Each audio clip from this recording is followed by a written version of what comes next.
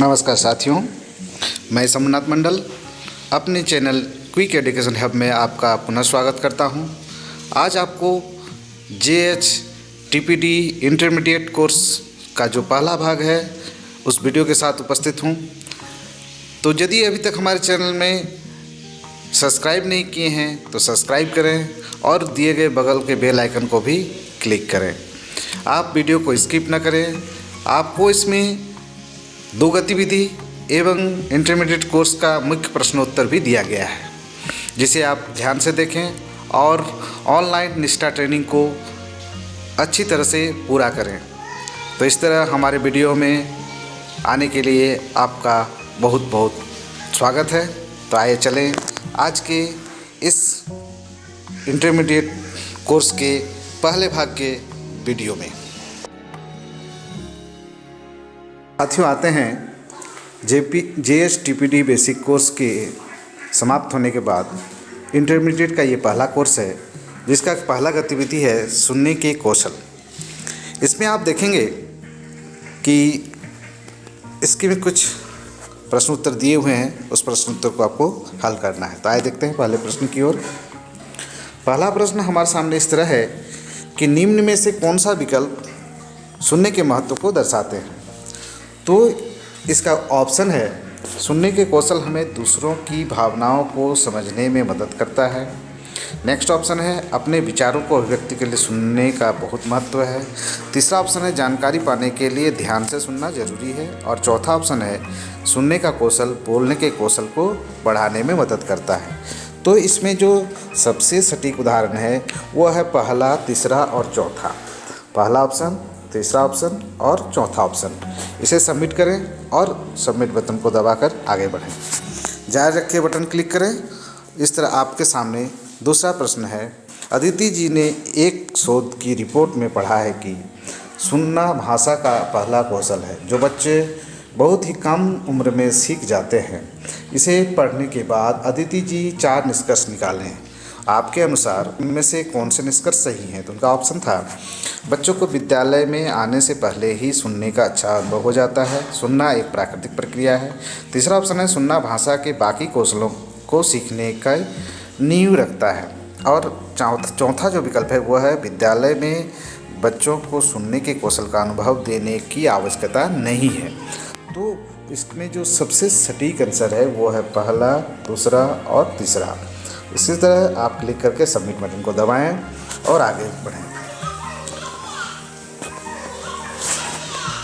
अगला प्रश्न हमारे सामने है, रिजवान जी द टीचर ऐप पर एक चैटशाला सुन रहे हैं। निम्न में से कौन सी प्रक्रिया उनकी चैटशाला को ध्यान से सुनने में मदद करेगी? इनमें आप एक से अधिक विकल्प चुन सकते हैं। सुनते समय हर एक शब्द पर ध्यान देना, सुनते हुए मुख्य शब्दों पर ध्यान देना। और तीसरा ऑप्शन है, उस विषय के जुड़े अनुभवों, पूर्व ज्ञान आदि को सक्रिय करना। तो इसमें जो सबसे सटीक उदाहरण है वो है आपका दूसरा और तीसरा। तो इसे सबमिट करें और आगे बढ़ें। जारी रखेगा बटन क्लिक करें। अगला प्रश्न, निम्न में से कौन से लिसनिंग के उदाहरण हो सकते हैं? तो इसमें आप एक से अधिक विकल्प चुन सकते हैं। पहला ऑप्शन है, पंचतंत्र की कहानी सुनना। दूसरा ऑप्शन है, हमारी चीनी भाषा में कोई गाना सुनना।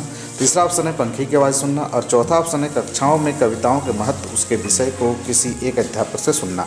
तो इसमें सबसे सटीक उदाहरण है पहला और चौथा। तो इस तरह आप क्लिक करके सबमिट बटन को दबाएं और जारी रखें। तो इस तरह अगला प्रश्न है क्वेश्चन नंबर 5। क्वेश्चन नंबर 5 का क्वेश्चन है, निम्न में से किस परिस्थितियों में सुनने का उद्देश्य गहरा विवरण जानना हो सकता है? तो उसका जो पहला ऑप्शन है वह है, किसी प्रयोग को करने की विधि को सुनना। दूसरा है, पहली बार किसी कविता को सुनना। तीसरा ऑप्शन है, गतिविधि में आपका साथी कौन होगा इसकी घोषणा सुनना। और चौथा ऑप्शन है, माली की बात करते हुए ये जानना कि गुलाब के फूल को कितना पानी देना चाहिए। तो इसमें जो सबसे सटीक उदाहरण है वह पहला है, किसी भी प्रयोग को करने की विधि को सुनना। अगर इसे हम ठीक से नहीं सुनेंगे तो यह हमारा गलत हो सकता है। जारी रखें। अगला प्रश्न हमारे सामने है, आफ्ताब जी अपने कक्षा पहली में जंगल का राजा शेर नाम की एक कहानी सुनाना चाहते हैं। बच्चे को कहानी से जुड़े संदर्भ के बारे में परिचित करवाने के लिए वह निम्न में कौन सा गतिविधि करवा सकते हैं। तो पहला ऑप्शन है कक्षा में एक जंगल की तस्वीर दिखाकर उसमें बातचीत कर सकते हैं। जानवरों की आवाज़ें सुनाकर बच्चों को जानवर पहचानने को कह सकते हैं। तीसरा ऑप्शन है बच्चे को अलग अलग जानवरों का नाम लिखा सकते हैं। चौथा ऑप्शन है शेर के बारे में जानने के लिए कोई चलचित्र दिखा सकते हैं। तो इसमें सभी क्रियाएं वो कर सकते हैं, इसलिए सभी पर आप टिक लगा दें और सबमिट बटन को दबाएं। इस तरह आपका सामने सभी क्वेश्चन सही है, जारी रखें। अगला प्रश्न हमारे सामने इस प्रकार का होगा, जो क्वेश्चन नंबर 7 होगा। निम्न में से कौन सी गतिविधि बच्चे को सुनने के टॉप डाउन तरीके को सहारा दे सकती है। तो हम लोग सुनने की विधि जो है वह उसमें टॉप डाउन और बॉटम अप 2 विधि का उपयोग करते हैं। तो उन 2 विधियों में जो सबसे ऑप्शन है वह है कविताओं में से आए नए शब्दों को ध्यान से सुनना, कविता सुनने के बाद आपके भावों के बारे में चर्चा करना, कहानी सुनने के पहले उसके लेखकों के बारे में जानना, और चौथा है किसी खबर को सुनने के पहले उसके शीर्षक के बारे में चर्चा करना। तो इसमें जो सबसे सटीक उदाहरण है वो है दूसरा, तीसरा और चौथा। तो इसे सबमिट करें और आगे बढ़ें। अगला प्रश्न हमारे सामने होगा वह है कि सुनने से जुड़ी कार्यनीतियों के बारे में आप क्या कहना सही होगा। पहला है सुनने के समय सभी श्रोता एक ही तरह के कार्यनीति का प्रयोग करते हैं। दूसरा है अलग अलग कार्यनीति अलग अलग तरह से श्रवण सामग्री का इस्तेमाल में हो सकती है। अंतिम ऑप्शन है बच्चों को सुनने से जुड़ी कार्यनीति सिखाई जा सकती है। तो इसमें जो सबसे सटीक ऑप्शन है वो है दूसरा और तीसरा। सबमिट करें और जारी रखें। अगला प्रश्न हमारे सामने है, दीपिका जी ने अपनी किसी कहानी को सुनाने से पहले बच्चों को उसका शीर्षक बताकर कहानी की विषय वस्तु बताने की कहानी है, और कहानी सुनाते समय किसी अहम मोड़ पर यह बताने की कहती है कि कहानी में आगे क्या होगा। आपके अनुसार वह ऐसा क्यों करती होगी। ऐसा हम लोग भी करते हैं कि कहानी सुनाते हम लोग रुक जाते हैं और पूछते हैं बच्चों से बहू आगे क्या होगा। तो इससे क्या होगा कि बच्चे को कहानी सुनने के पहले जो उसकी प्रक्रिया है वह जानने के लिए वह उत्सुक हो जाता है, ताकि बच्चे कहानी के सुनने के पहले और सुनने के दौरान अंदाज लगा पाए। इसका जो दूसरा ऑप्शन है वो सबसे सटीक है। सबमिट करते हैं। अब अगला क्वेश्चन हमारे सामने होगा इस प्रकार, जारी रखेगा बटन दबाएं। अगला प्रश्न हमारे सामने होगा वह है कि नीचे दी गई किन परिस्थितियों में बच्चों के कहानी का कौशल विकास हो सकता है। एक से अधिक विकल्प सुन सकते हैं। अध्यापक अगर बातों की बात ध्यान के बिना रोके सुने का व्यवहार प्रदर्शित करें। कक्षा में बच्चे अलग अलग संदर्भ में सुने, जैसे कहानी, किसी रिकॉर्ड की गई बातें, घटना का विवरण। तीसरा ऑप्शन है बच्चे कक्षा में किसी कविता को पढ़कर उसका सार लिखें। चौथा ऑप्शन है बच्चे को कक्षा में अपने अनुभव को बांटने के मौके मिले।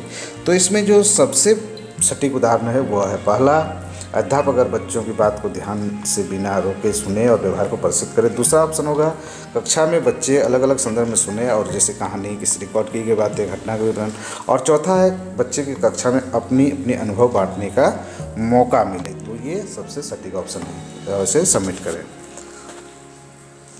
तो इस तरह से आपका ये गतिविधि समाप्त हुआ। तो साथियों, अब हम लोग इंटरमीडिएट कोर्स के जो पहले भाग में गतिविधि सीखे थे उसके अगले भाग में है भिन्नात्मक शिक्षण का आकलन। तो उस पर हम लोग आगे बढ़ते हैं। इसके लिए पहला प्रश्न है, भिन्नात्मक शिक्षण में भिन्न शब्द को आप किन किन बातों से जोड़ सकते हैं।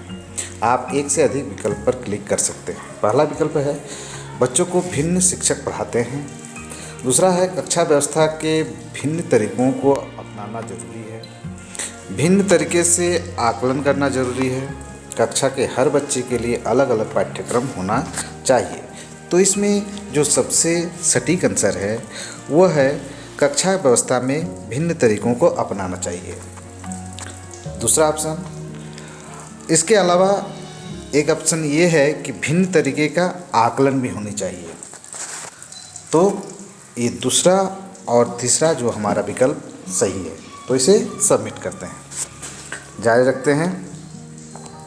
अगला प्रश्न है, हमारी कक्षाओं में बच्चों का कुछ मायनों में एक दूसरे से भिन्न होते हैं, इसलिए शिक्षक के लिए यह आवश्यक है कि वह इसमें से सारे विकल्प में आप एक विकल्प सुनते हैं जिसमें है सीखने के अलग अलग अनुभव प्रदान करें, कक्षा में कड़ी अनुशासन रखें, परीक्षाओं की संख्या बढ़ा दें, सभी बच्चों के एक ही गति से सीखें। तो इसमें होता है सीखने के लिए अलग अलग अनुभव प्रदान करें, क्योंकि इससे बच्चों में भिन्न की जो अवधारणा है वो सभी बच्चे समझ पाते हैं। अब इसे सबमिट करते हैं, जारी रखते हैं। अगला प्रश्न होगा हमारे सामने, भिन्नात्मक शिक्षण का एक उदाहरण है।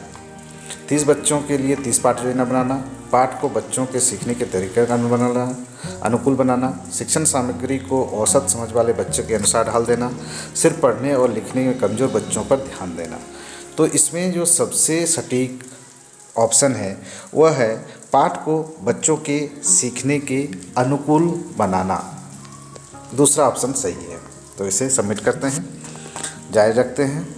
अगला प्रश्न है, सबीना जी का मानना है कि कक्षा में बच्चों को पढ़ाते समय समान निर्देश, समान शिक्षण सामग्री और समान आकलन की प्रक्रिया का इस्तेमाल करना चाहिए। आपको क्या लगता है कि सबीना जी इस प्रकार प्रक्रिया की सोच के बच्चों के सीखने पर क्या असर पड़ेगा? विकल्प 3 है हमारे सामने। सभी बच्चों को सीखने का बराबर मौका मिलेगा, इसलिए सभी बच्चों को सफल हो पाएंगे। कक्षा में सिर्फ एक ही प्रकार के बच्चे सीखने में सफलता मिलेगी।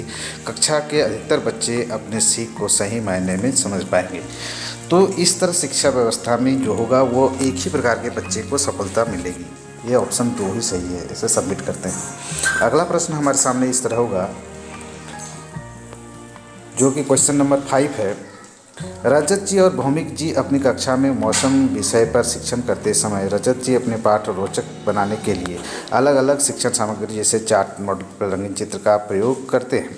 भौमिक जी पहले बच्चों के स्तर को जानने के लिए KWL चार्ट का इस्तेमाल करते हैं और फिर ऐसे शिक्षण सामग्री का उपयोग करते हैं जिसमें बच्चे को देखने, सुनने और करने के कुछ हों। तो इसमें आपके अनुसार कौन से अध्यापक की कक्षा में भिन्नात्मक होगी? आप किसी एक विकल्प पर क्लिक कर सकते हैं। आप एक ही विकल्प को चुन सकते हैं, रजत जी, भौमिक जी। सेकंड है रजत जी, तीसरा है भौमिक जी। तो देखें ये KW चार्ट क्या होता है, सबसे पहले इस पर ध्यान दें। KW चार्ट है कि बच्चे क्या जानते हैं, K का ऑप्शन। W का ऑप्शन होता है कि बच्चे क्या जानना चाहते हैं, और L का ऑप्शन होता है बच्चे ने क्या सीखा, क्या लर्निंग आउटकम्स उसके हुई। तो ये KW चार्ट की विशेषता होती है। तो ये चार्ट भौमिक जी ने अपनाया है, इसलिए इस भौमिक जी का ही ऑप्शन सही है। इसे सबमिट करते हैं, जारी रखते हैं। अगला प्रश्न हमारे सामने होगा, भिन्नात्मक शिक्षण को क्रियान्वित करने के लिए निम्नलिखित में से कौन सी व्यवस्था न्यूनतम है? यानी इसमें से किसके बिना भिन्नात्मक शिक्षण को हो ही नहीं सकता। तो इसमें पहला ऑप्शन है हर बच्चे के लिए अलग मेज और कुर्सी होना, कक्षा में अधिक से अधिक केवल 10-15 बच्चे होना, शिक्षक को बहुत सी भाषाएं सीखना। इनमें से कोई भी न्यूनतम अवस्था नहीं है। तो इसमें जो सबसे सटीक ऑप्शन है वो चौथा है, इसमें कोई भी न्यूनतम अवस्था नहीं है। अब आगे जारी रखें। अगला प्रश्न है, बबली सुबह स्कूल जाती है और शाम को मंदिर के बाहर फूल बेचती है। वह घर पर जाकर ना पढ़ा हुआ पाठ दोहरा पाती है, अपना गृह कार्य पूरा नहीं कर पाती है, इससे लिखने की धीमी हो जाती है। उसकी शिक्षिका प्रतिदिन बबली को कार्य पूरा करने के लिए अलग समय देती है और उसके साथ बैठकर पाठ से संबंधित समस्याएं को सुलझती है। तो इसमें जो सबसे ऑप्शन है वह है बुद्धिमत्ता, सामाजिक परिवेश, सीखने के तरीके, बच्चों की अलग विधियाँ। तो उसमें सेकंड ऑप्शन है सामाजिक परिवेश। उसको सबमिट करते हैं। अगला क्वेश्चन है हमारे पास,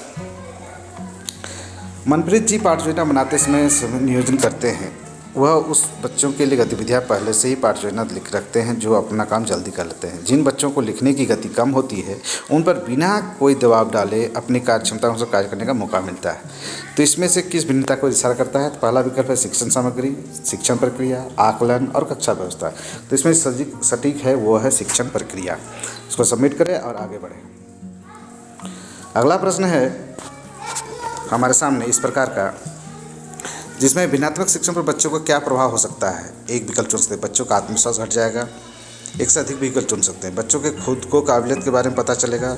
दूसरे बच्चों को हमेशा मुकाबला करते हैं, बच्चे शिक्षक को बेहतर समझ पाएंगे और शिक्षक बच्चे को कक्षा में सजगता का महत्वपूर्ण मिलेगी। तो ये पाँचवा, चौथा और इसमें पहला ऑप्शन भी होगा, जो बच्चे का आत्मविश्वास, बच्चे खुद को काबिलियत के बारे में पता चलेगा।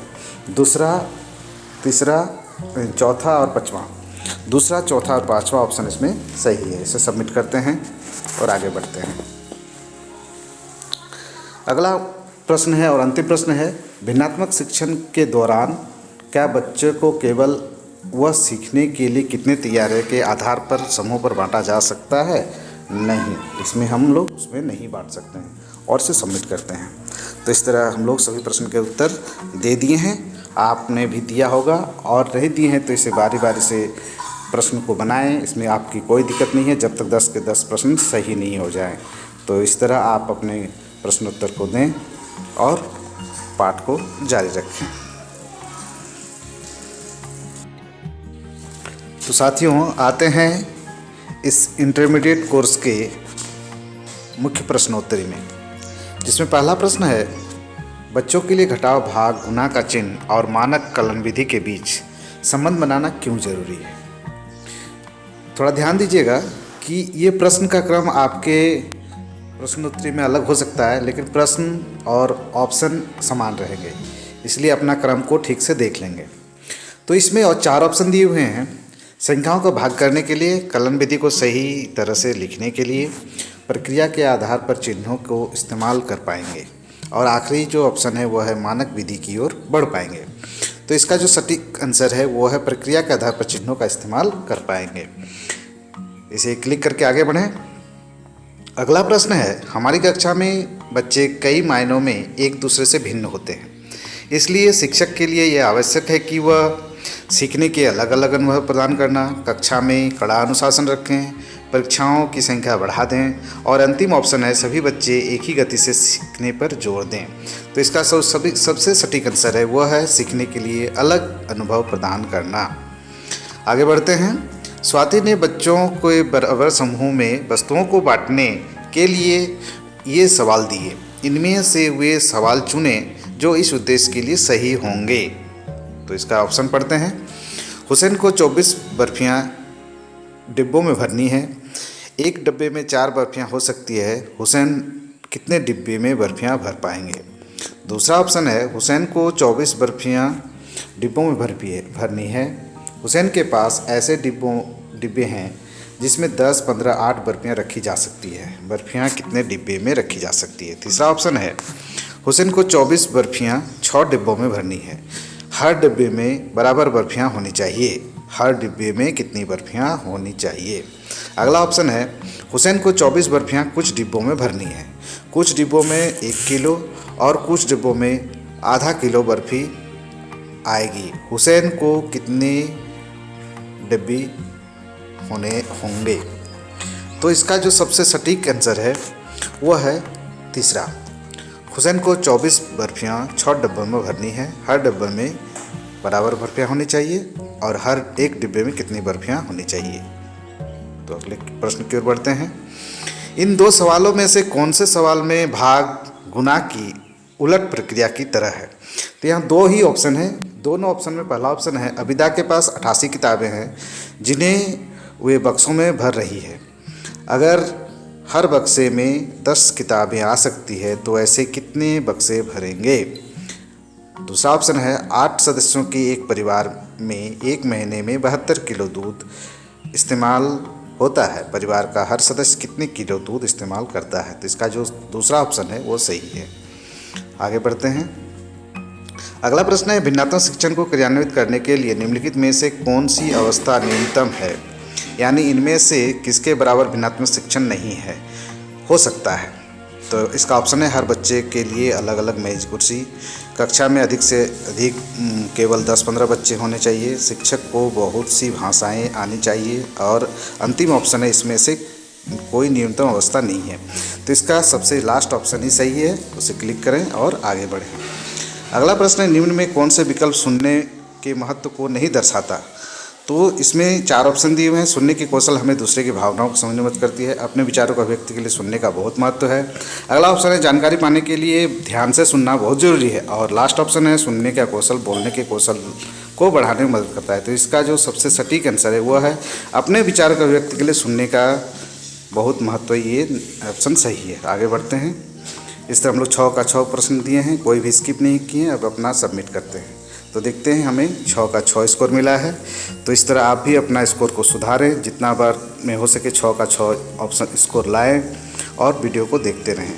तो इस तरह यदि अगर वीडियो अच्छा लगे तो उसे लाइक करें, सब्सक्राइब करें और अपने दोस्तों में शेयर करें। धन्यवाद।